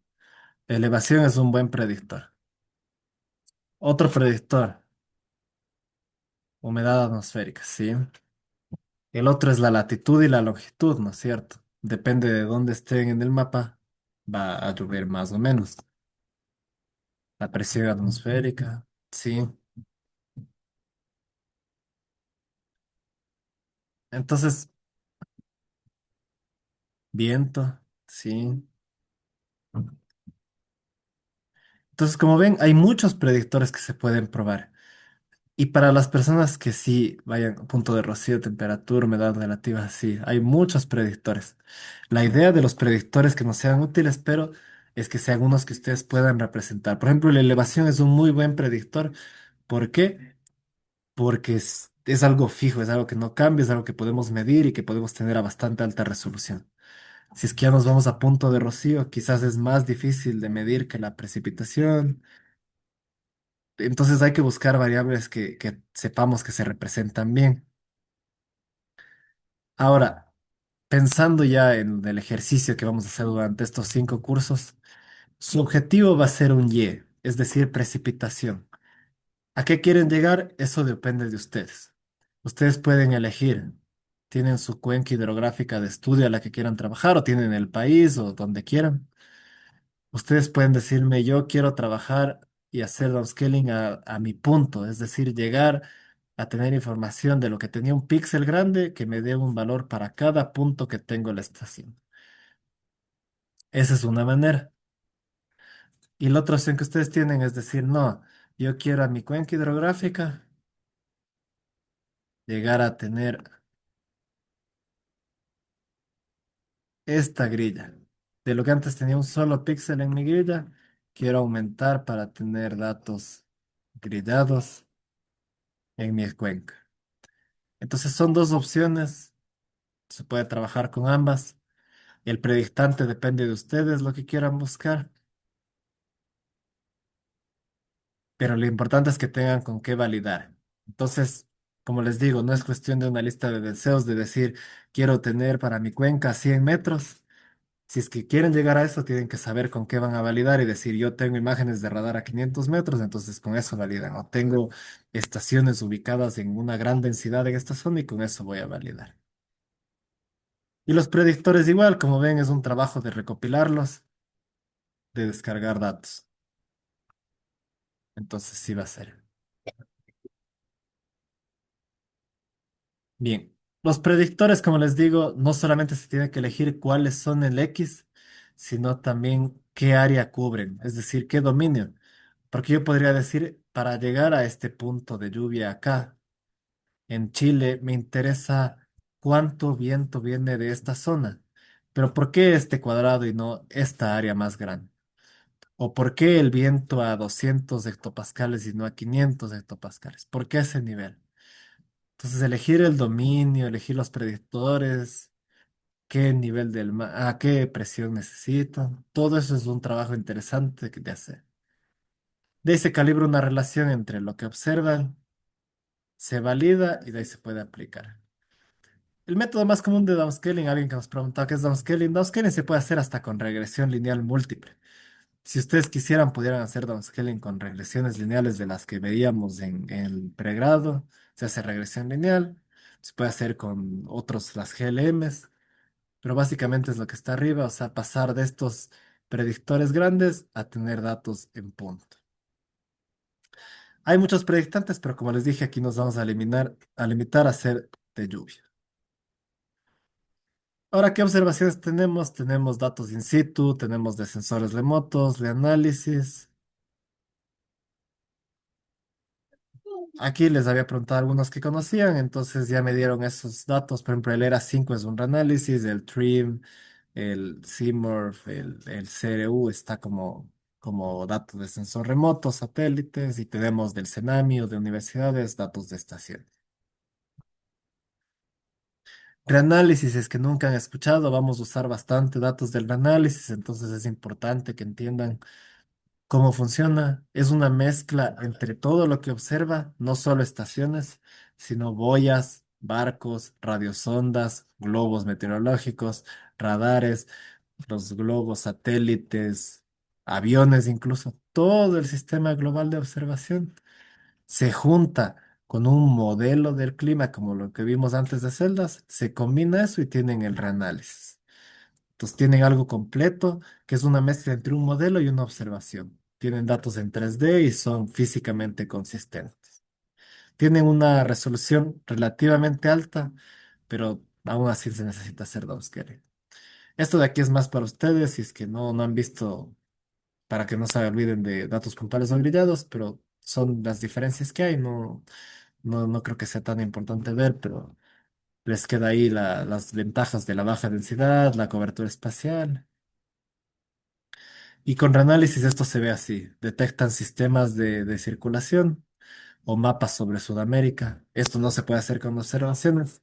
Necesitan de un modelo de reanálisis.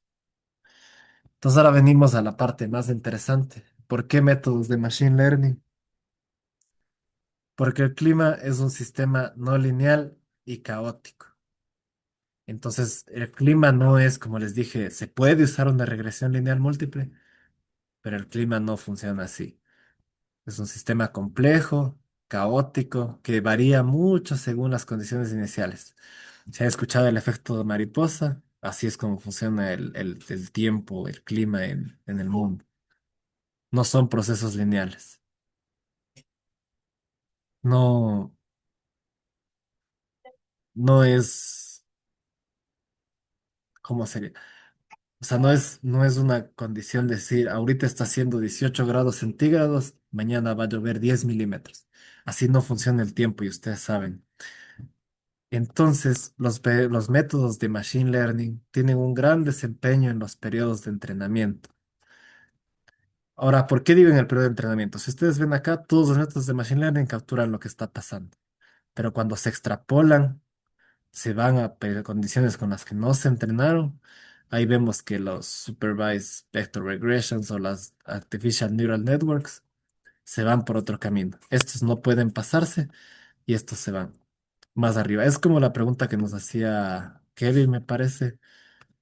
Kevin, justo lo que decía para quienes leyeron esa pregunta es, tienen valores que no entrenaron, entonces cuando llega a un límite, mi modelo no me predice más allá de ese valor.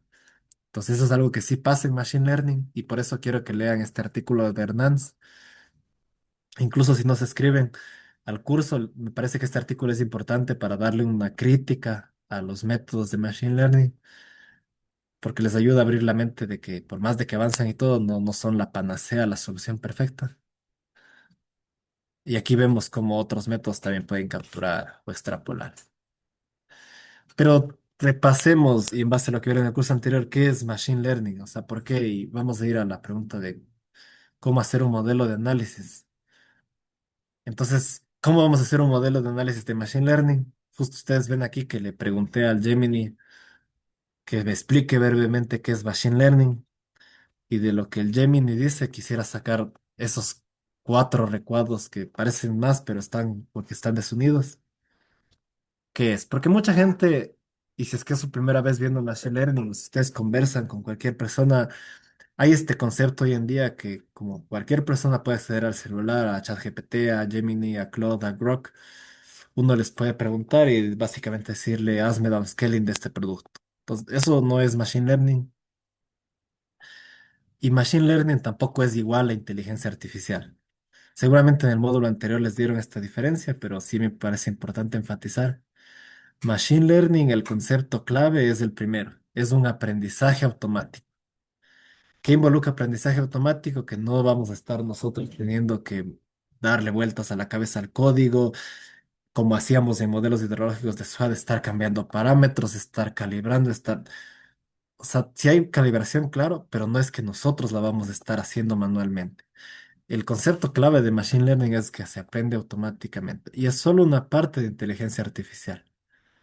La idea es que no le den ustedes las reglas, no le digas, oye, quiero hacer downscaling, pero te explico, mira, la temperatura varía así en base a la elevación y para que llueva tiene que haber tantas nubes y ustedes no hacen eso. Nosotros lo que hacemos, ¿qué es? le damos a la máquina. ¿A qué me refiero por máquina? Cualquier aparato con un chip, sea su computadora, una supercomputadora, un celular, lo que ustedes trabajen para procesar, le dan muchos datos, muchísimos datos y un algoritmo.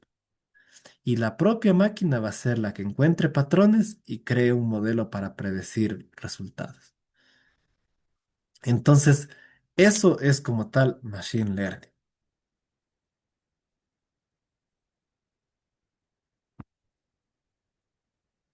¿Qué se diferencia un modelo clásico contra un modelo de machine learning? Un modelo de Nauscaling clásico, como les decía, ustedes dan datos y reglas. Le dicen, te doy estos datos y toma en cuenta que cuando está la lluvia menos de 5 milímetros en el modelo, en realidad la lluvia es cero. O tome en cuenta que valores de lluvia de 1000 milímetros no funcionan. Entonces, esto es. Ustedes están dando los datos y las reglas. Un modelo de machine learning cambia esta flechita. Si ustedes ven, le dan datos y las respuestas. Ustedes le dicen, este es mi dato de entrada de mi lluvia del modelo y este es mi dato de entrada que observé en la estación. Por favor, encuentra las reglas para que eso pase. O sea, ¿por qué cuando mi píxel me dice que llueve 100 milímetros en Ecuador, en realidad en mi estación está lloviendo 20, 10 y 5? Ustedes le dan datos y respuestas y el modelo se encuentra. Esto es como lo que se llama un modelo de caja negra. No sabemos lo que está pasando aquí. Puede ser gris, que entienden más o menos lo que pasa, pero el modelo se encarga de interpretar eso. Otra manera que me gusta de ver a Machine Learning, y este es de un libro, el primer libro que yo tuve de Machine Learning, me acuerdo que cuando empezó este boom del Machine Learning y tenía colegas que trabajaban en eso, yo me sentía como lejano a la conversación porque nunca había tenido un curso formal de eso, sino que era lo que había escuchado, aprendí empíricamente. Entonces me compré, bueno, no me compré, me descargué un libro que se llamaba Machine Learning for Absolute Beginners. Entonces es Machine Learning para los bien, bien beginners. Y fue buenazo porque era como esos libros de For Dummies, que es como para los que no han usado nunca. Y ahí te explicaba con estas matrioshkas, que son las muñequitas rusas que ustedes han visto que entra una dentro de otra y se quedan con una sola grande. Aquí es para que nunca se olviden que Machine Learning no es lo mismo que inteligencia artificial, que no es solo es una parte de la inteligencia artificial.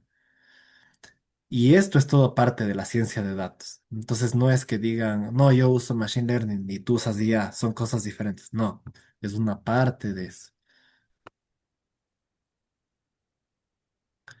No, claro, sí, también vamos a validar con datos observados en tierra, que de hecho, como te decía, una cosa son tus predictores, los datos de reanálisis, pero tú vas a validar contra datos observados en tierra.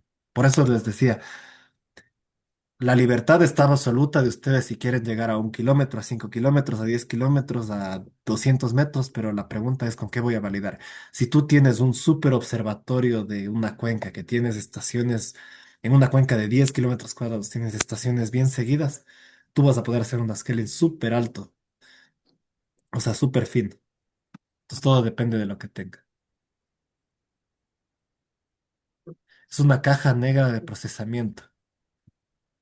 Voy a hacer un pequeño disclosure, no soy científico de computación, entonces cualquier comentario que diga medio polémico para alguien que sí sea profesional en computación, lo digo más porque estamos viendo algo aplicado ya, pero para mí, para las aplicaciones hidrológicas, sí, los métodos de machine learning son algo de caja negra que les da procesando. Ustedes crean modelos basados en datos, le dan el dato de entrada, el dato de salida y el modelo de machine learning les encuentra las reglas.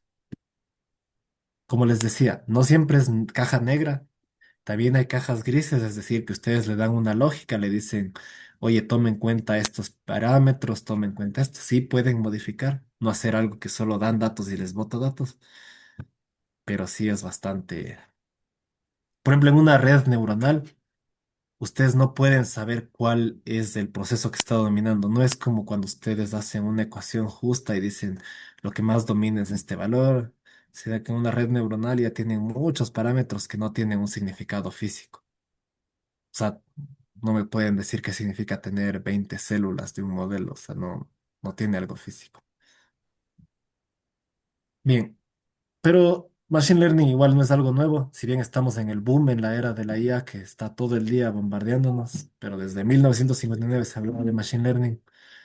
Y la idea es basado más en datos que instrucciones. Y ya es ir más allá, es tener capacidad de desarrollar tareas cognitivas. En este curso, todos los pasos que vamos a ver se basan en cuatro simples pasos. Estos cuatro pasos de aquí es como nuestra guía del curso, básicamente. ¿Qué vamos a necesitar para hacer Machine Learning? Primero, entrada de datos, muchos datos. Los datos, modelos de Machine Learning son bastante intensivos, hambrientos de datos. Entonces, todo lo que vamos a usar para entrenar. Entrenamiento, es decir, entrenar al algoritmo, que ellos se encarguen de buscar patrones ocultos. Vamos a validar si es que ese entrenamiento no se sobreajustó, si es que esa relación sí se mantiene en otros periodos. Se puede usar estos métodos de validación. Y una vez que hemos hecho estos tres pasos, ahí recién podemos aplicar esa relación en nuevos datos o en periodos futuros. Esto es básicamente el curso. Conseguir datos, muchos datos, entrenar los modelos, validar y predecir. Eso se va a repetir y repetir en todas las estructuras. Si ustedes cogen el código de alguien que ya desarrolló los modelos, van a ver que sigue esa misma parte del flujo.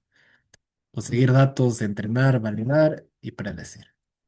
Aquí está de nuevo con unos nombres más especiales que van a ver, que es el data mining, el data training, o sea, el test y aplicar. Los modelos de Machine Learning van mejorando en parte de experiencia y aprendizaje. Entonces, mientras más datos le den, mejor modelo será.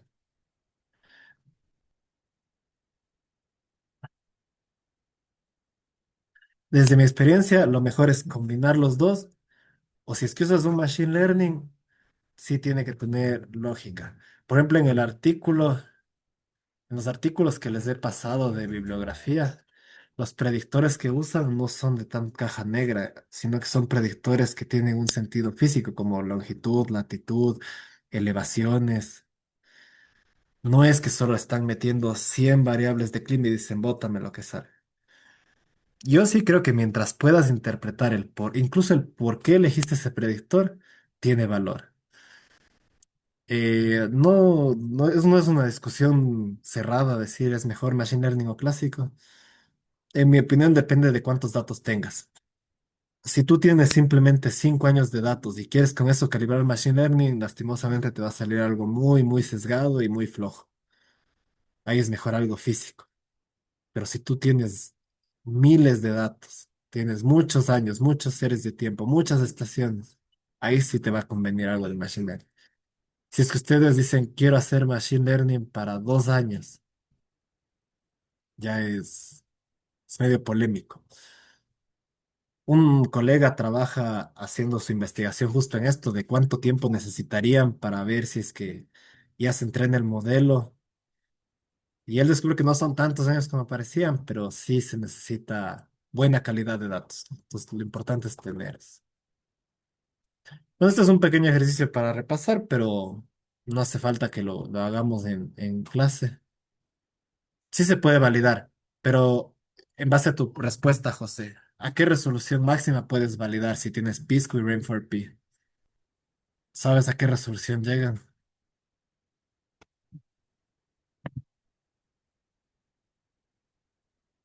0,1 grados. Ya. Entonces, ir más allá de eso no va a ser. Digamos que 10 kilómetros. Creo que incluso hay una versión del Pisco de 5 kilómetros. No sé si estoy mal. Sí, ya. Entonces, esos 5 kilómetros va a ser lo máximo que puedas ir con ese set de referencia. Jessica llegó a 1 kilómetro en su downscaling. Me parece que Jessica validó con estaciones observadas, ¿verdad? O validaste contra uno de un producto de 1 kilómetro. No me acuerdas. Creo que era estaciones. Sí, con estaciones. Ok. Entonces, si bien con estaciones se puede ir más fino. Entonces, vamos a ver igual de dónde sacar algunas estaciones para Sudamérica, pero seguramente si tienen datos locales van a llegar mejor. Bueno, aquí esto es para que ustedes le pasen y vean cuál es IA y cuál es Machine Learning. No creo que está interesante para el curso. Mm. Y bien, hay dos categorías de Machine Learning que son el aprendizaje supervisado. Entonces ustedes dan categorías, asignan etiquetas e intervienen. Ahí clasifican o hacen regresión. Y el otro tipo que es del aprendizaje no supervisado. Esto es lo que se usa cuando tienen estos big data, los datos grandotes, que ustedes no controlan las etiquetas, sino que exploran la estructura de datos. Le dicen, se han escuchado cuando dicen, tengo 5.000 estaciones en Sudamérica, hazme un clúster, agrúpame para ver cuáles se parecen más entre ellas. Entonces ustedes no podrían decirle, esta se parece a tal, esta tal, sino que dejan que el modelo aprenda por sí solo y les diga cuáles son.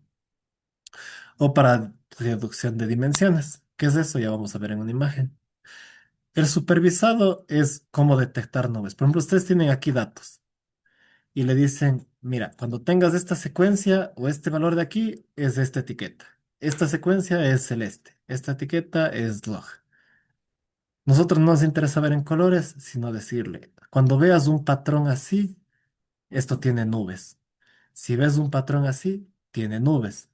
¿Ves un patrón así? Tiene nubes. Tú tienes este patrón despejado, no hay nubes. Esto no es nube. Entonces ustedes hacen ese aprendizaje supervisado. Algo no supervisado, en cambio, ustedes le dan los datos y le dicen, amiga computadora, no sé cuáles son mis grupos, no sé cómo clasificar, pero tengo estos datos con estas propiedades y tú dame clasificando. Y aquí si ven, les ponen los amarillitos en una zona, los verdes en otra. Entonces eso es no supervisado. Los modelos capturan o los modelos aprenden por sí solos. En cambio, aquí ustedes tienen que irles dando etiquetas. El semi-supervisado es como que le etiquetan cierta parte de dato y el resto no. Si es que ustedes han visto Principal Component Analysis o el PCA, es reducir dimensiones, es decir, de tener estos datos como, para que ustedes se imaginen estos cubitos, es como decir temperatura, esto es precipitación, esto es viento, esto es humedad, esto es elevación, esto es temperatura del océano y esto es presión.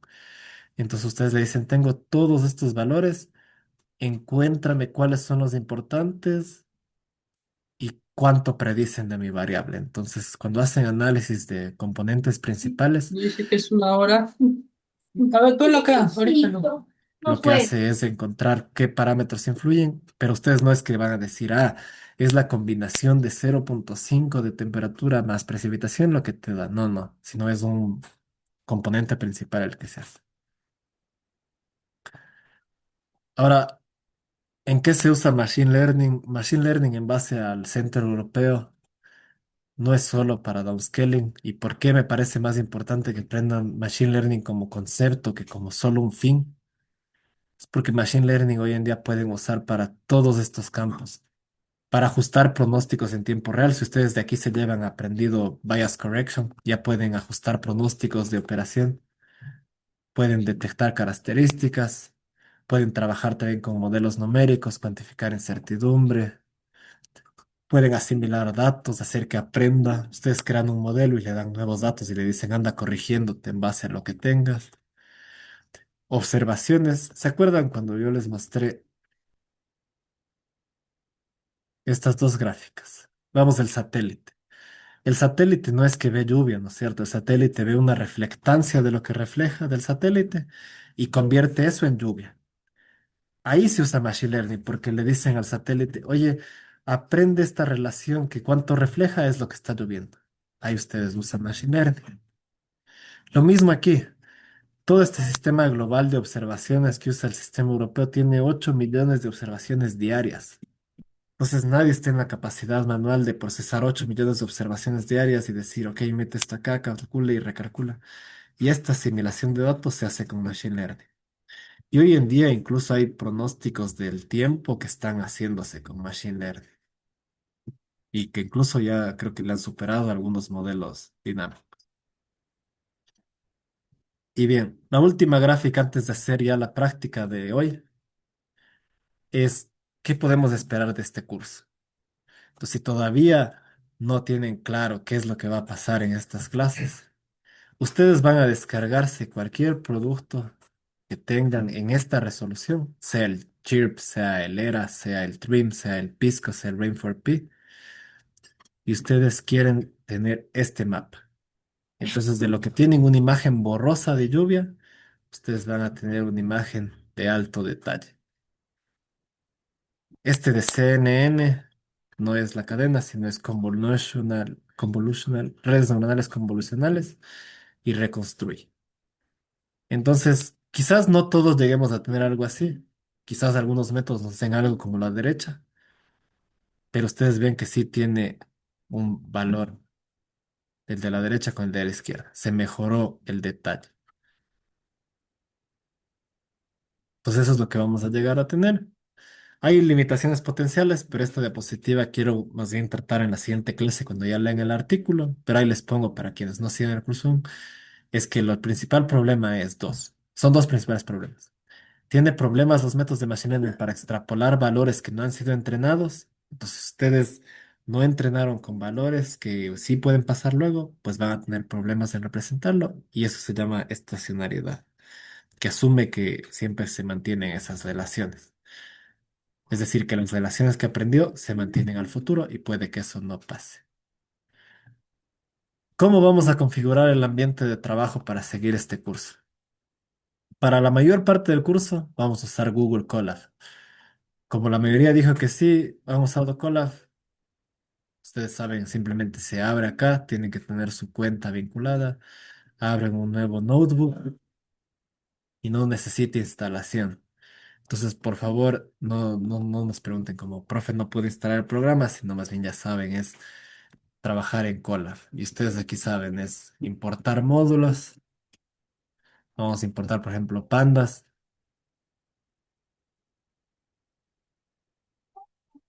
Y ahí ustedes si están en Python, si aumentan una nueva línea de código, por ejemplo, print. Y esta es una prueba y están en un lenguaje de Python. Si es que estos dos pasos les pareció algo muy abstracto, quizás no sea tan óptimo que sigan el curso hasta que este fin de semana repasen bien lo básico de Python. Porque estas dos líneas que escribí es simplemente imprimir un comando e importar. Y sí vamos a necesitar no detenernos en comandos de Python tan sencillos. Pero bueno, este es nuestro ambiente de trabajo. Aquí vamos a tener nuestros códigos. Ventajas del Colab, se puede compartir fácil en Notebook y ustedes, si no han trabajado con Python, ahora sí pueden solo correr y les va a funcionar sin tener ese típico problema que tenemos de en mi máquina sí funciona, no sé por qué en la tuya no, en la mía no está corriendo. Entonces, esa es la ventaja del Colab.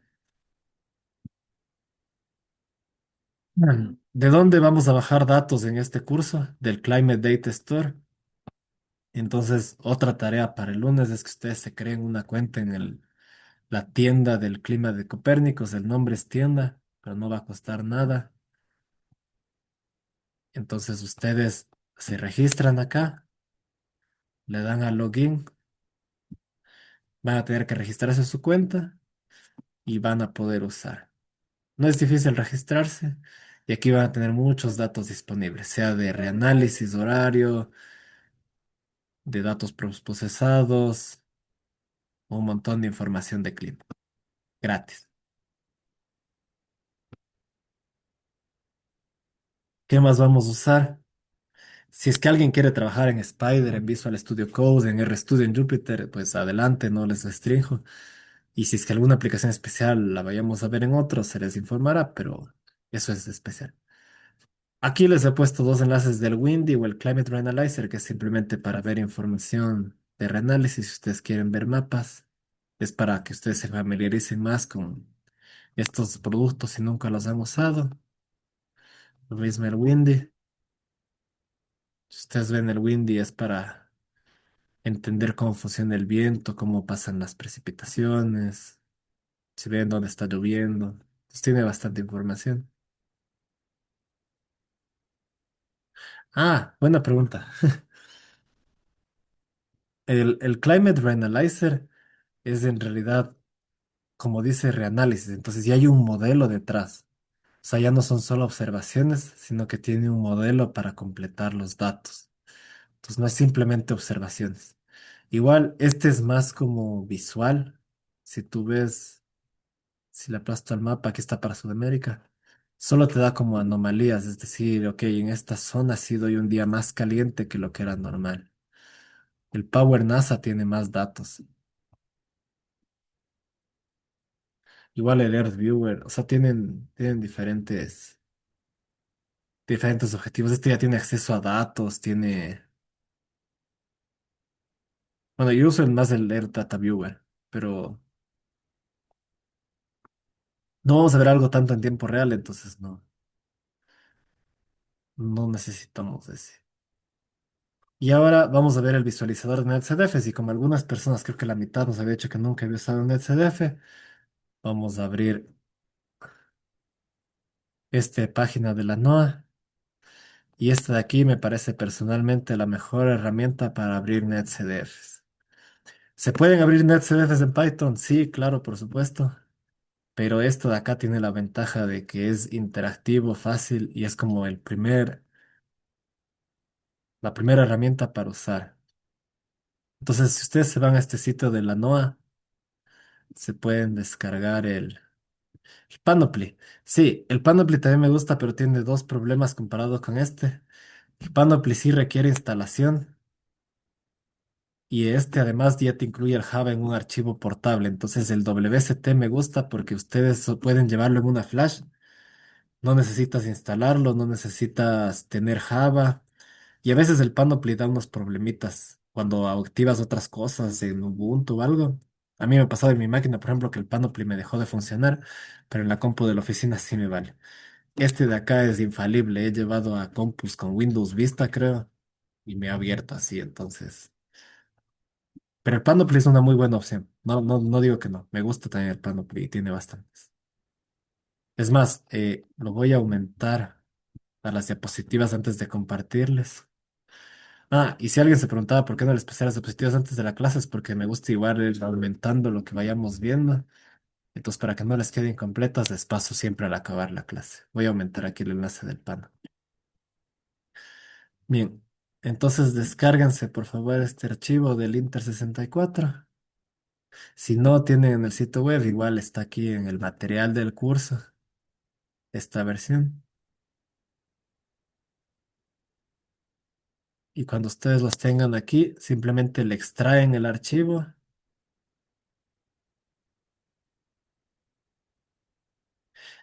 Todos los que son datos de inscripción de costos y demás tienen que coordinar por favor con la gente de FISEP Civil,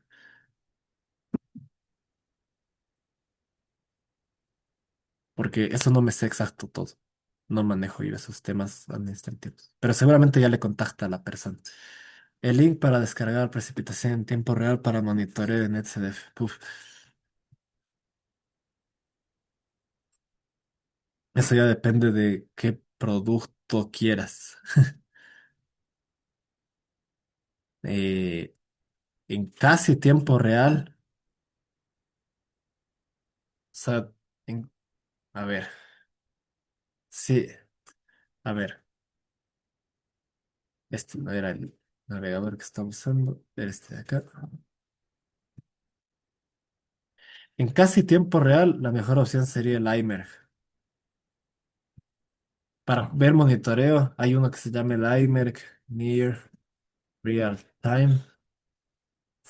Este de acá es el que tú te puedes bajar. Este de aquí me parece que tú tienes que bajarte de, del NASA Earth Viewer, del Giovanni, NASA Giovanni se llama. Ahí tienes que abrirte. Te voy a mandar este enlace. De ahí yo me bajara y cuando hacemos, por ejemplo, que ayer que pasó una lluvia intensa, nos solemos bajar del Giovanni. Si no quieres tan tiempo real, puedes bajarte del MSWP. Ese te da hasta casi horarios, me parece, ya usa Machine Learning. 2 hour delay. Entonces este es casi tiempo real. Ustedes van a ver el acceso, les da el acceso de acá. Y este ya tiene datos, es un drive. Y es más, puedo bajarme.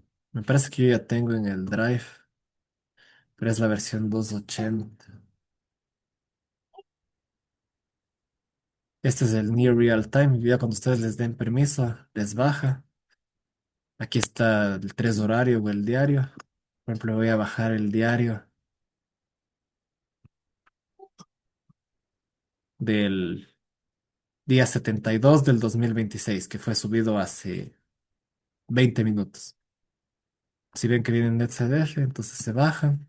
Este archivo les voy a subir a su Drive porque hasta que no pidan acceso no se van a poder bajar, ¿ya? Pero yo ahorita mismo les subo al material este archivo.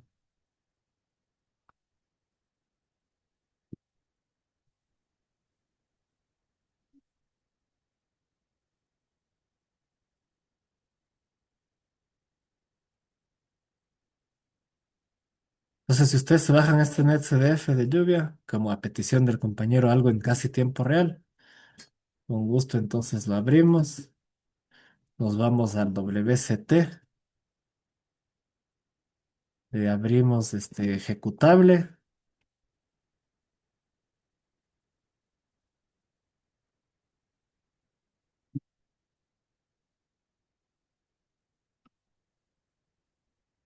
cargamos, nos salen unas versiones de actualización y aquí en el data single file nos vamos a navegar y buscamos donde tenemos nuestro archivo NetCDF, está acá.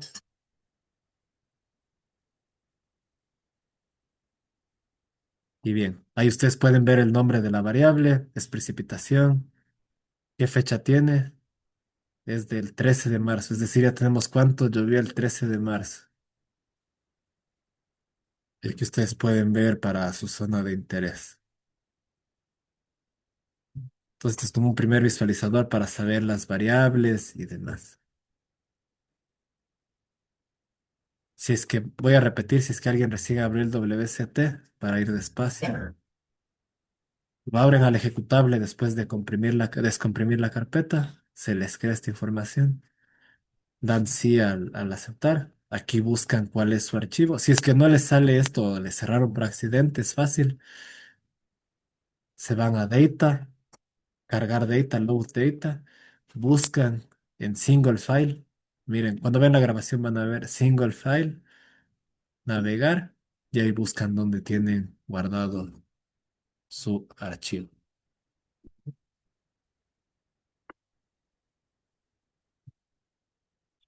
Lo cargan y ahí tienen cuál es la variable, cuál es el tiempo y la información de ese archivo. Entonces, bien, eso es lo que pueden esperar de este curso. Sobre todo tratamos de responderles las preguntas en casi tiempo real. Si bien eso tiene un riesgo y nos ha pasado que como acepto preguntas sin filtro, así a veces cosas que no hayamos practicado, a veces nos pasan errores en medio de la clase, pero nunca me he creído el experto perfecto en nada. Entonces, si a veces me equivoco en clase, pues es parte de aprender y luego lo corregimos la siguiente clase, así que no hay problema. Más bien eso demuestra que cuando nos adaptamos a códigos y ejemplos reales, por ejemplo, alguien me dice, profe, es que si usted solo trabaja con el ejemplo imaginario de Ecuador, yo quiero adaptar a Bolivia y aquí no hay ese producto. Entonces, vamos a trabajar con ejemplos reales, con datos que ustedes quieran y respondiendo las preguntas que sean. La velocidad se va ajustando en base a cómo vaya el progreso. Siempre empezamos las clases con una prueba de Kahoot para ver si es que han captado lo que vimos la clase anterior, si es que han leído los artículos que se les mandó. Y también el trabajo es algo que les sirve a ustedes y no algo que yo les atosigo con 2 semanas de trabajo. Es algo puntual, un reporte chiquito y que más bien la idea es que sea algo útil. Como quiero que sea algo útil, sí, en el curso vamos a utilizar los modelos de CEMIP 6. La siguiente clase ya van a tener en el material los archivos NetCDF con los que vamos a trabajar, pero lo único que les pido es que repasen esto del predictante y predictor. Sepan qué es lo que quieren hacer downscaling. O sea, yo sé que quieren hacer downscaling de lluvia, pero ¿a dónde? ¿En qué área de Sudamérica quieren hacer downscaling o de Europa? ¿A qué resolución quieren llegar y con qué van a validar? Entonces piensen en eso. Piensen dónde quiero hacer downscaling, contra qué voy a validar y a qué resolución puedo llegar. Y ya vayan también adelantándose a qué predictores pueden necesitar. Si ustedes para la siguiente clase ya llegan con esa idea de, ok, quiero hacer downscaling con tal de bajar el ERA a 5 kilómetros y hoy estoy feliz, entonces ese es un objetivo. Si alguien dice, no, yo ya fui a 1 kilómetro, pero ahora quiero trabajar con otras personas que me piden a 200 metros, entonces ahí vemos si se puede. Bien, les dejo estos últimos minutos a si tienen preguntas, dudas, comentarios y gracias igual por asistir a la primera clase.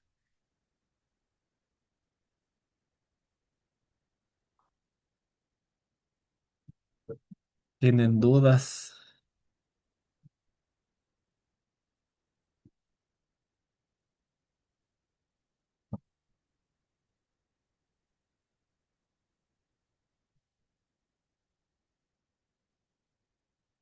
Sí, indicaciones, ¿a qué te refieres? ¿A pautas o sea, eso es justo lo que vamos a hacer en estas clases que vienen prácticas?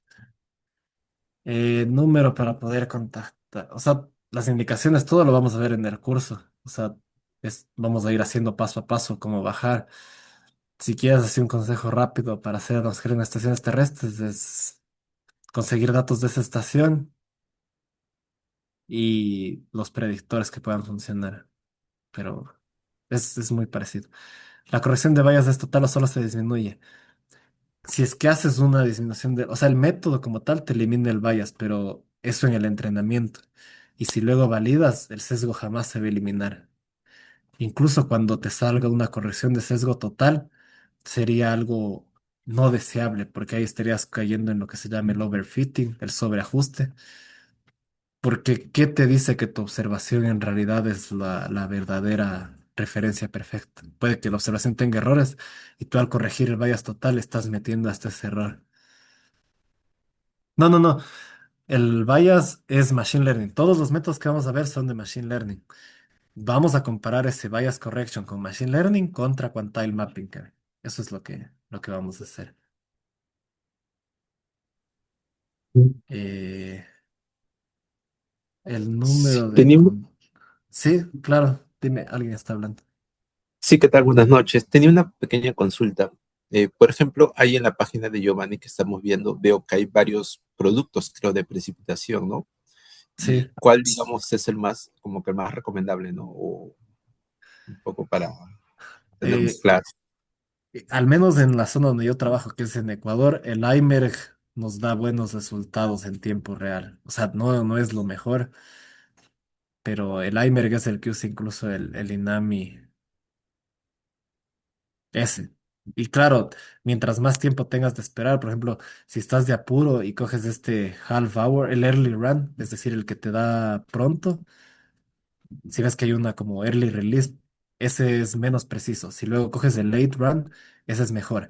Pero si coges el final run, ese es el recomendado. Entonces coges el iMerge, la corrida final. Ese es el que hay que usar, a menos de que sea algo como te digo, que necesites, oigan, ayer se cayó un puente, díganme cuánto llovió. Ahí capaz no tienes todavía el final run, pero sí puedes tener el early o el late run. Esa es la latencia. Ah, ya, correcto, gracias. El GPM y el IMERG son, o sea, el Global Precipitation Mission es el producto del IMERG. Es como, creo que son igual. O sea, el IMERG viene de la misión GPM. Bien, bien, colegas. Sí, alguien iba a Gracias. preguntar.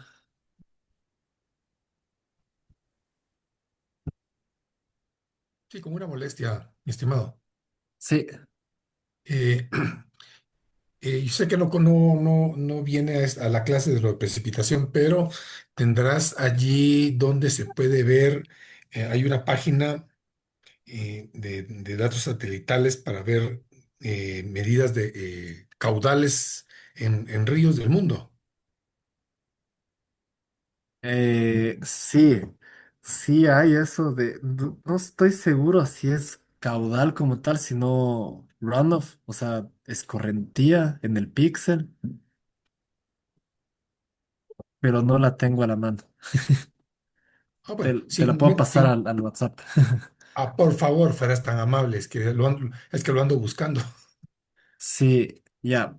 Sí, alguna vez lo usamos, pero como yo trabajo en cuencas pequeñas o medianas, no nos daba también la escorrentía, pero ya la busco y ahorita te la mando al grupo. Gracias, Santiago, te agradezco. Ok, pues nada. Disculpa la molestia. No, no es problema. Bien, colegas, entonces ha sido un gusto y espero que les pueda servir. Tengan una buena noche. Si tienen preguntas, les dejo igual.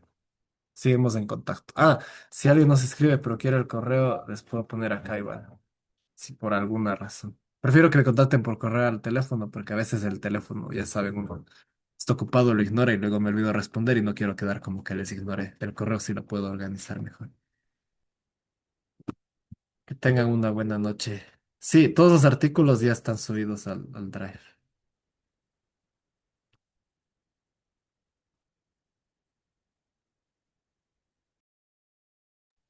Bueno, muchas gracias, ingeniero Santiago. Muchas gracias, colegas, por estar presentes el día de hoy. Bueno, recordarles a todos los que aún no se han inscrito, ¿no?, al curso, nos pueden enviar un mensaje a nuestros números de empresa o simplemente enviar un mensajito por los grupos de difusión para que nosotros podamos contestarles, ¿no? Bueno, eh, nuevamente agradecerles, colegas. Nos estamos viendo la próxima clase que será el día miércoles. Hasta luego y que tengan todos buenas noches.